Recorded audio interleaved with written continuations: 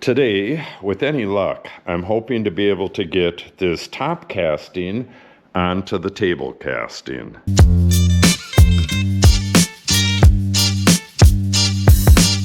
First, I got to get the top casting on the horses over here, upside down, and I got to try to remember how these things went. These got to be put on. These are the adjusters for the in and out feed roller bearings. I got to get those in place because it's really hard to mess with them when they're upside down when that's installed. So I got to get those on, and I also have to keep tipping this sideways and get all of these at exactly the same height. Once I get the top onto here, and hopefully that goes fairly smoothly. If you've been watching the videos, I had huge problems getting that off, and I'm hoping it goes on way easier than that. I'm hoping to be able to get that top casting on here and get it bolted in place today, and depending on how much time's left, I would like to get the anti-kickback pawls and possibly some more stuff installed into the top. Okay, this wasn't too hard to figure out. We have a spring pin that goes into the bearing right here. And then if you look at it from the top, this other spring pin goes into the casting here. And then it has an opening for the bolt right there.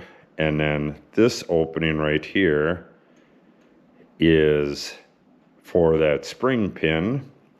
And then we have this little grub screw with a jam nut on it.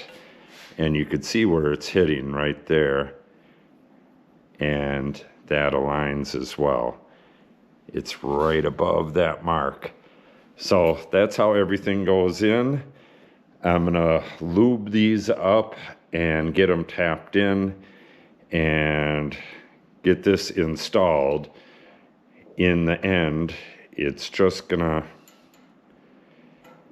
be this part right here with the nut on it and stuff. And then when I have all four of them on, I can try getting this installed onto the base as soon as I get the height adjusters adjusted to where they're going. Oh, and I have to put on the limiter as well, which is this little piece right here. That just goes right there, but it's another thing that it's easier to put on now. Okay, let's get going on this. Get a little juice down there.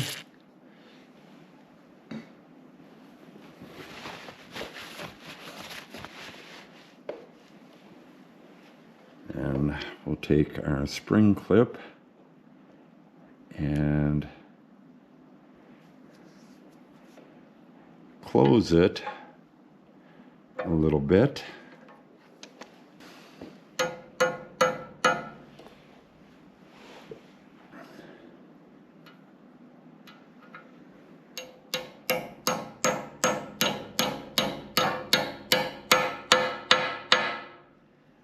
There we go. Easy peasy lemon squeezy.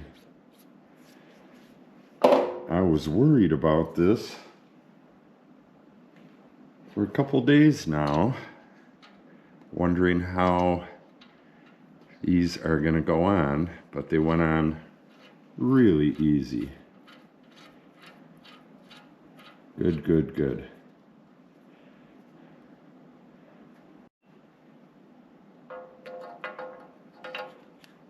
Beautiful. So we have a slotted hole there, so everything pivots on this little pin right here, and it can go in and out that way, and then this will lock it down eventually. Beautiful.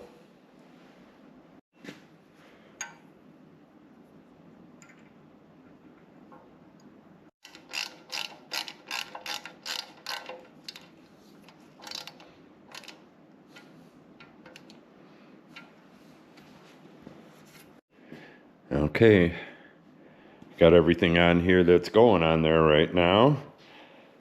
Now with this, what I think I'm going to do is tip it on its side, take the chain completely off, and then just go by hand and adjust the sprockets and do my measuring and get all four of them, tip it this way, tip it that way, and get all four of them to exactly the same height. And then I'll try to carefully put the chain back on without moving any of the sprockets. I don't know if it's going to work or not, but let's give it a try.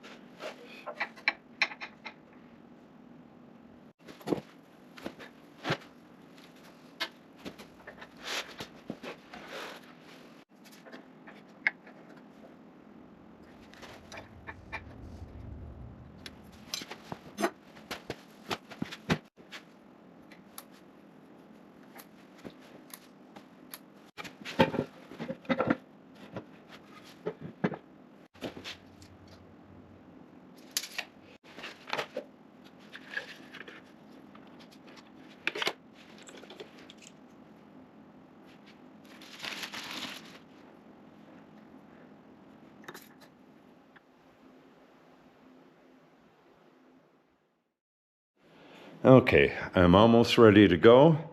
Man, am I nervous. The way this got stuck taking it off and the cracking of the casting and all that, I'm hoping this goes on way smoother. I'm going to lube these up, and I'll lube up the columns as well. And I'm hoping to be able to just stand right above it and kind of wiggle it down. I have the columns just a hair loose, so between that and the dead blow, I should be able to just tap the columns a little bit and hopefully it'll slide right on there. Yeah, this has got me really nervous because it could go on just a little bit and then cock and get stuck like it was when I was taking this off. It was really rusty when I was taking it off, but that really doesn't matter. It could get stuck just as easy now. All right, let's get this stuff lubed and we'll give it a shot.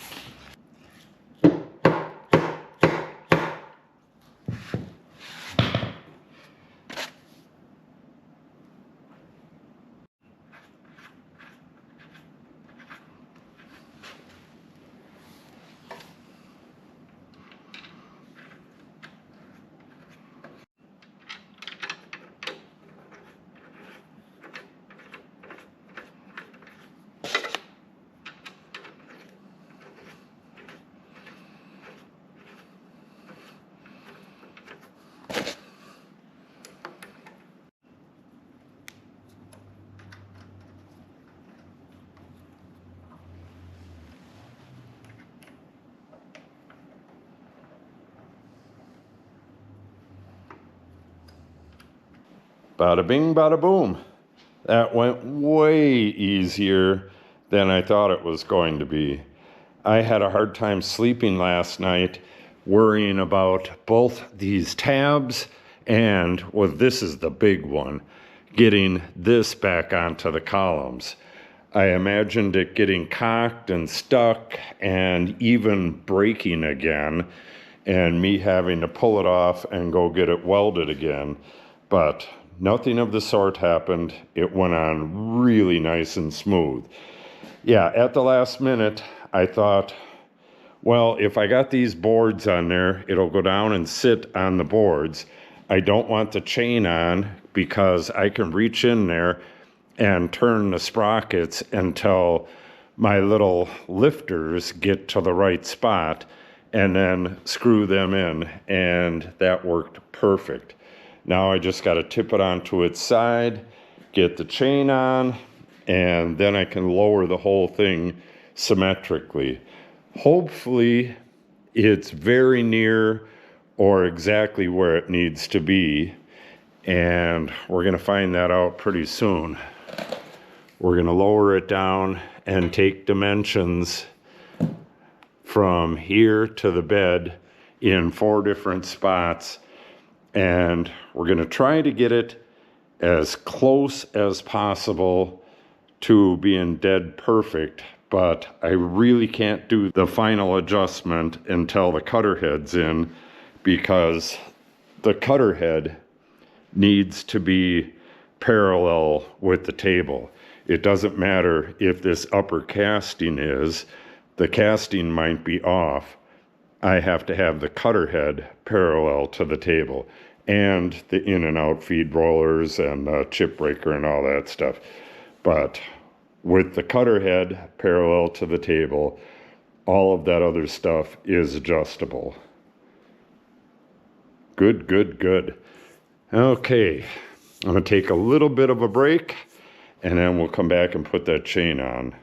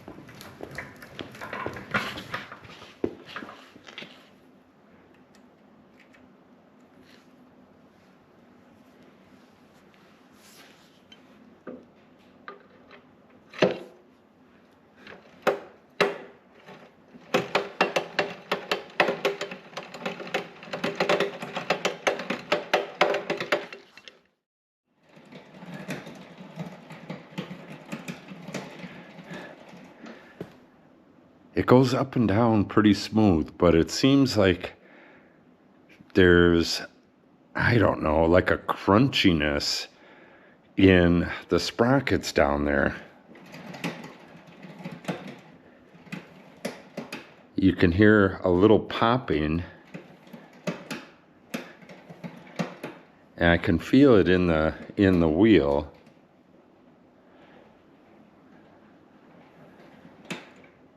Right there and there.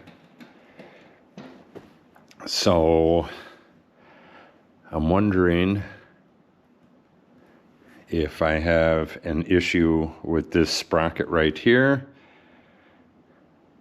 These columns might not be seated exactly right either. There's just a little pin in there, or a little dent in the column, and these grub screws go into that. I think they're right, but I don't really know. I can adjust the nuts and bolts as well. Let me give that a try.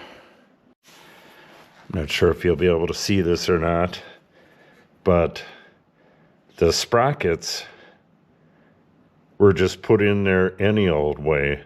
So it's possible that one or more of the sprockets are a little out of tune with the rest.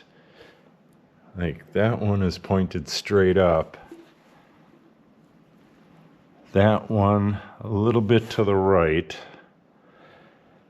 And then the top ones, that's kind of hard to tell. I'm going to loosen this up and wiggle it a little bit and then tighten it again and see if I can get rid of that little popping sound. Okay, I've been playing around with this for a while and it still has kind of like a little pop to it, but it runs smooth as silk except for that. So I'm not exactly sure what that is, and I'm not gonna mess around with it anymore tonight. I want to get the anti-kickback pawls in there and then call it a night. So what I got to do is dry all of those. Here's my rod here, got to dry that too. Got the circlips there and the spacers. We'll get that in there. That goes through this hole right here and corresponding hole on the other side right there. And then we have a grub screw underneath here for tightening it down. I got to feed that through the hole and then stack all that stuff onto it. So it's going to take a little bit, and that should wrap up the day.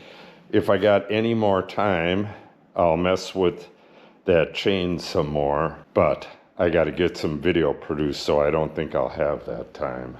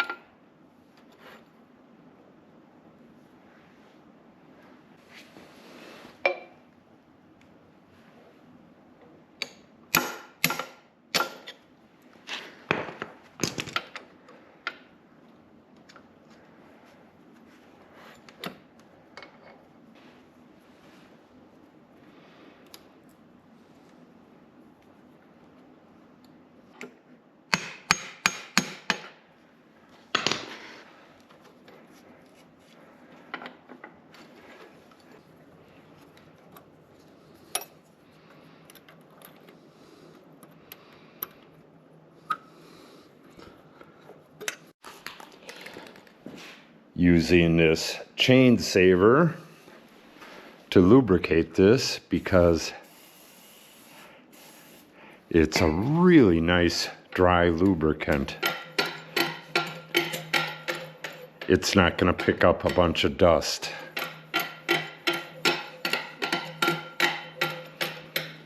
Beautiful.